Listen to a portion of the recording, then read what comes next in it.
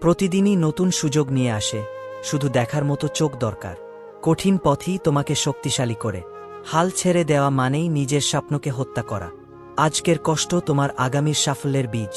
যে যুদ্ধে তোমার বিশ্বাস নেই, সে যুদ্ধ তুমি জিততে পারবে না।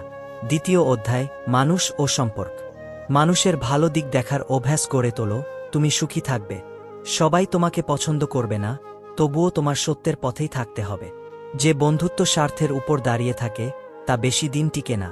মানুষের সাথে এমন ব্যবহার করো যেন পরের দিন দেখা হলে মন খারাপ না হয়। কখনো কারো বিশ্বাস ভেঙো না, কারণ তা একবার ভাঙলে আর ঠিক হয় না। তৃতীয় অধ্যায়, ব্যর্থতা ও শিক্ষা। একবার হেরে গেলে মনে রেখো, নতুন করে শুরু করার সুযোগ পেয়েছ।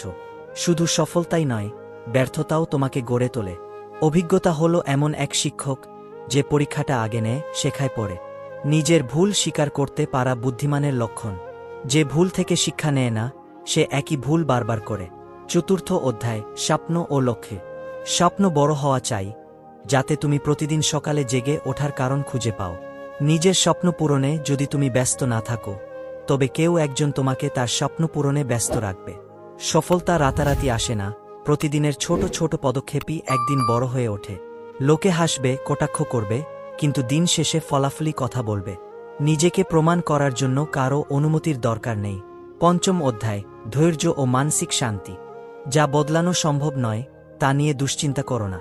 মানসিক শান্তি সবচেয়ে বড় সম্পদ, সেটা হারালে সব অর্থসম্পদ অর্থহীন।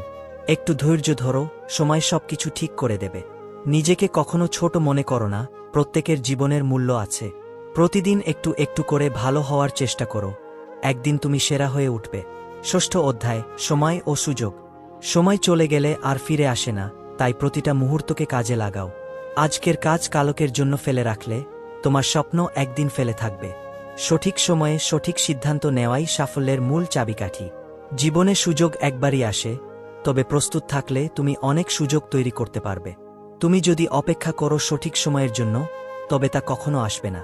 একনিষ্ময়। সপ্তম অধ্যায়, আত্মবিশ্বাস ও আত্মনিয়ন্ত্রণ।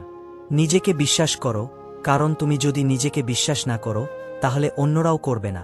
তুমি যেমন ভাববে, জীবন তেমনই হবে। নিজের উপর নিয়ন্ত্রণ হারালে, জীবন তোমাকে নিয়ন্ত্রণ করবে। প্রত্যেক সফল মানুষের গল্পের পেছনে থাকে কঠোর পরিশ্রম ও আত্মনিয়ন্ত্রণ। নিজেকে কখনো অন্যের সাথে তুলনা করো না, কারণ প্রতিটি মানুষের পথ আলাদা। অষ্টম অধ্যায়, দান ও কৃতজ্ঞতা। যতই পাও না কেন, কিছু না কিছু দাও, এতে মন ভরে যাবে। কৃতজ্ঞতা প্রকাশ করতে শেখো, এতে সম্পর্ক মজবুত হয়। যে যত বেশি দেয়, সে তত বেশি পায়। অন্যের জন্য কিছু করলে তোমার জীবনের অর্থ আরও গভীর হবে। জীবন শুধু নেওয়ার জন্য নয়, দেওয়ার মাঝেও সুখ আছে। নবম অধ্যায়, ব্যস্ততা ও বিশ্রাম।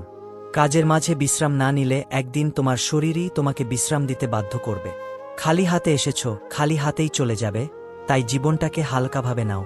যে জীবন শুধুই ব্যস্ততায় কেটে যায়, সে জীবন অপূর্ণ। বসে থাকো না, তবে ছুটতেও যেও না, সঠিক ভারসাম্য রাখো।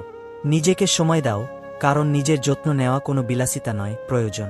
দশম অধ্যায়, জীবনের গভীর উপলব্ধি।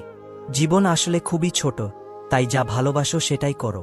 সবচেয়ে বড় সম্পদ সময় ও সম্পর্ক, টাকা নয়। যত কিছুই করো না কেন, শান্তি যদি না থাকে, তবে কিছুই পূর্ণতা পাবে না। জীবন সুন্দর, যদি তুমি সেটাকে ভালোভাবে দেখো। শেষ কথা হলো, হাসো, ভালোবাসো, উপভোগ করো, এটাই জীবন।